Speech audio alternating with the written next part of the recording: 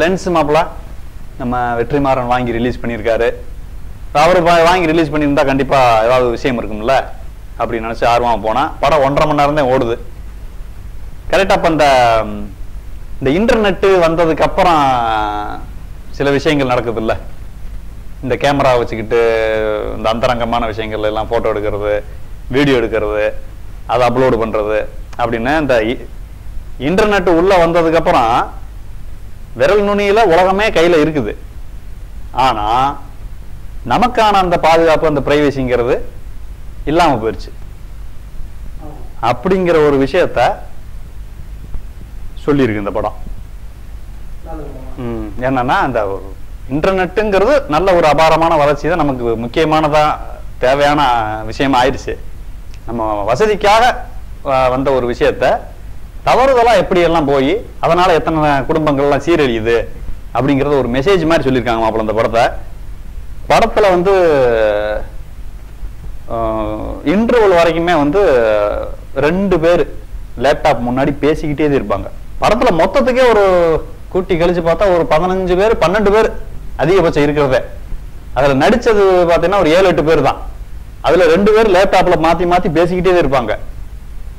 ஆனா அந்த ஒவ்வொரு விஷயமுமே வந்து அழகா நமக்கு கன்வே பண்ணியிருக்கிறது தான் ரொம்ப பெரிய விஷயம் இந்த படத்துல.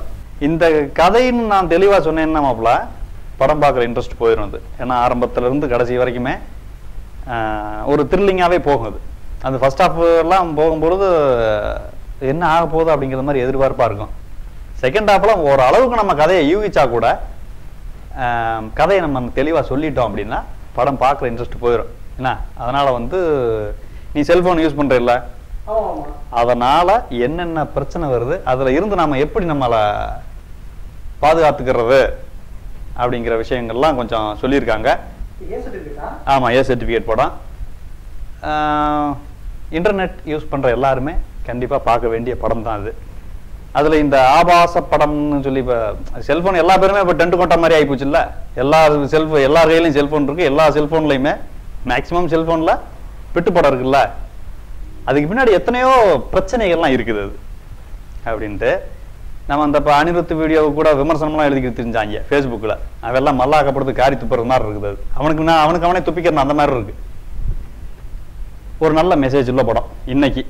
ஏன்னா இன்னைக்கு செல்போன் வச்சிருக்கிறத பெரிய பெருமையா பேசிக்கிட்டு இருக்கோம்ல, அதுக்கு பின்னாடி என்னென்ன பிரச்சனைகள் இருக்குது அப்படிங்கிறத சொல்லியிருக்காங்க வழியோட. கண்டிப்பா போய் இன்னைக்கு நிலைமைக்கு பார்க்க வேண்டிய படம்.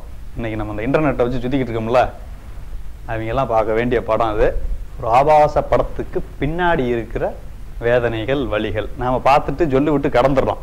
ஆனா அதுக்கு பின்னாடி எவ்வளவோ வலிகள், வேதனைகள் இருக்கு. மெசேஜ் வேணும்னா நல்லா போய் பாரு, அதுக்கப்புறம் நீ உன்னை பாதுகாத்துக்கு, அவ்வளவுதானே சொல்ல முடியும். சரி மாப்பிள, இன்னும் ஒரு படம் இருக்கு, மாமா அப்படி கிளம்புறேன். மாப்பிள அந்த ஆமா ஆமா சவுண்ட குறை பண்ணியாச்சுல்ல. சரி மாப்பிள, சரி கிளம்புறோம், போயிட்டு வாங்க.